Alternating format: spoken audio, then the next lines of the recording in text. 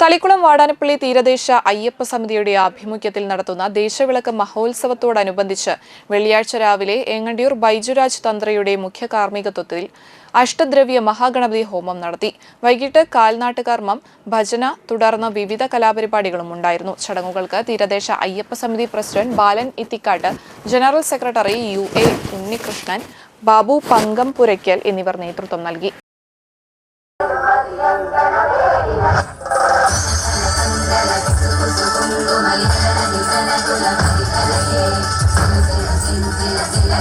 la